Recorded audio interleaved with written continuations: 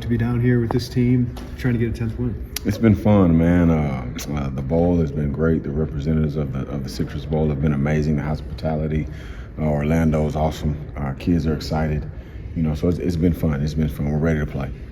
Obviously, Lenore Sellers is quite a challenge. What have you guys learned in your linebackers specifically about containing a guy, spying a guy like that? When you have a player like him that's such a dynamic athlete, he does a really good job managing their offense, quarterback run game, throwing the ball. He does everything they need him to do to give them a chance to be successful. The biggest thing for us that we've been preaching is just being disciplined. He's going to scramble at times. When he scrambles, we got to have great angles. We got to play with great leverage. We got to be sure tacklers. He's a big, strong, physical, very gifted athlete. In a lot of different areas. So it's a challenge that we're excited about, that we're looking forward to, and can't wait to go play. Does he remind you of anyone that you've seen? Man, there was a player. There are several guys that have been similar to him, but I can just remember specifically early in my coaching career. This guy actually was a first-round draft pick quarterback out of Kansas State. His last name was Freeman.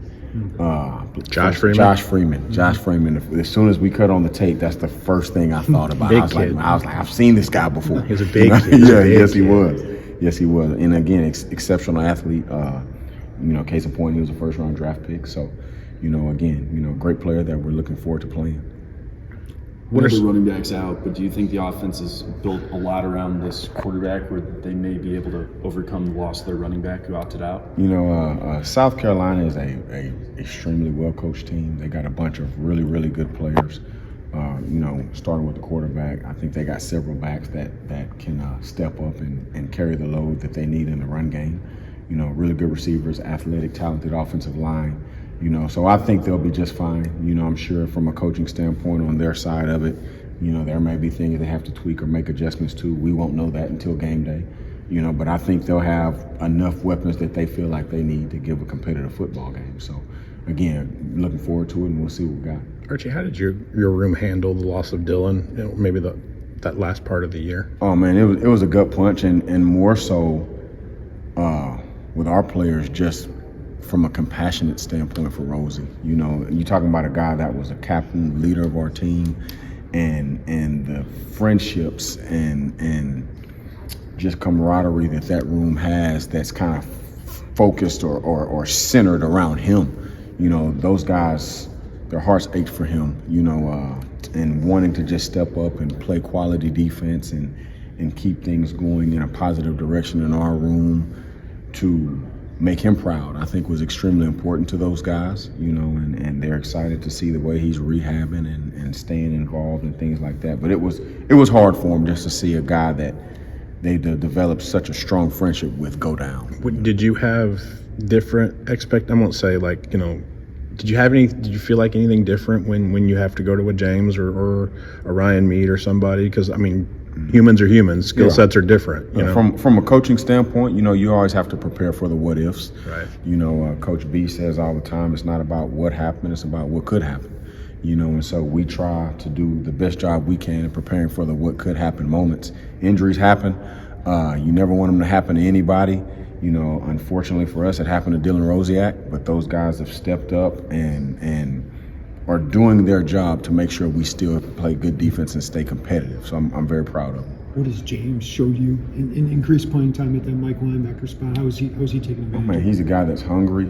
He's stepping into his own leadership style. Again, young, hasn't had the amount of snaps that he's got now at this point of the season that we did early. But the future's bright for James Cruz. The future's bright for James Cruz. And a guy that had to overcome some things himself. And so to see where he was when I first got here and to see where he is now and to know it's still just kind of the tip of the iceberg for him, it's exciting. And then Malachi, who's kind of been a little bit of a revelation, especially in that Northwestern game. What has he brought to your group, and how does that look for the long-term future? Malachi Hood has what I like to call wow factor. He does things at times that just make you say wow, and sometimes I think he might surprise himself. I tell him all the time, I don't think he knows how good he can be, and I think coming into the season, the biggest thing for him was just getting some snaps, establishing some confidence, he probably didn't expect to play much, and then to come in and see in this back half of the season and to see how he's contributed to some of our success and some of the things he's been able to do. He's such a gifted player. He's big, he's fast, he's strong, he can run like nobody I've ever seen. So again, the future's really, really bright for him. To that point, when you saw Malachi, maybe for the first time or first couple of times, were his expectations too low in a sense? I don't know. I think, when I first got here, he was coming off of an injury, and coming off of an injury, a little bit of his backstory kind of transitioned to a different position than what he was in high school, gets here, goes through the freshman thing, then boom, has a very traumatic injury that takes a lot of rehab to come back from. I think he was just kind of hoping for whatever the best in his situation could be. Right. And you look and you see the guys we got coming back. He probably didn't think there was a lot of room for him.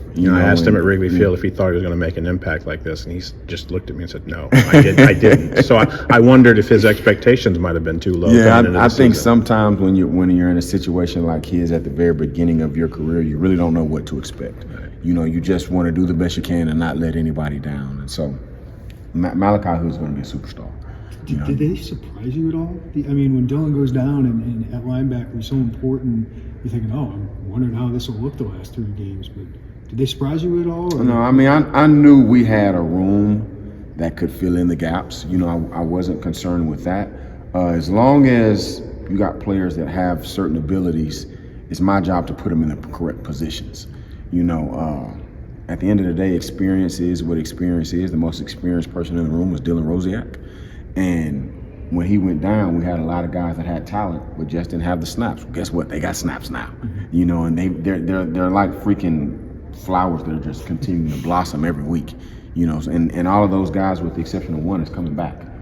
So I'm excited about that. Was the key to put them in different roles? It seems like you guys split up sub packages a lot. Yeah, my thing from a coaching standpoint is to always put a guy in a position that he can be successful. I'm not going to put you out there and say execute this play just because that's your job. Sometimes you have to make sure a player's job fits what his skill set is. At the end of the day, if you tell me to run from here to the other side of that room in 3 seconds, I'm not going to be able to do it. You know what I mean? And so I think it's unfair when you have expectations of a player that don't fit his skill set. Well, my job is to make sure we put them in positions that fit their skill set.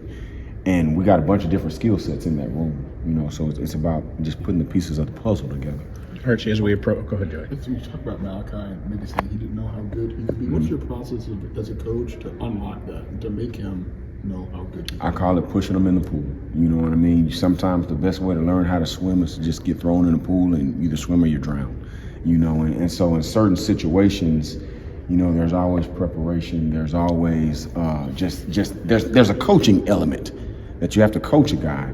But at the end of the day, there's no substitute for snaps and experience, and so it got to a point where I was just like, you know what, Kyle's got to play. He's going to play. He's going to do well. He probably doesn't know how well he's going to do until he gets out there and does it, and each time he played, he got a little bit better and a little bit better and a little bit better. And then you look up Northwestern, 2 big-time sacks, a sack fumble. He was running all over the place, and again, he's done a great job for us. Archie, as we approach the last game of this season, I remember talking to you months ago about the first conversation you had with Coach B, which was him telling you, one day I want you to be a coordinator. I want you to be a head coach. Mm-hmm. And maybe it's a little early for me to ask this question, but as you finished your first year with Coach B, did you get everything out of the experience you thought you would get when you made the move? And Man, I'm so thankful, to just have the opportunity to work for our head coach and our defensive coordinator and everybody in our building.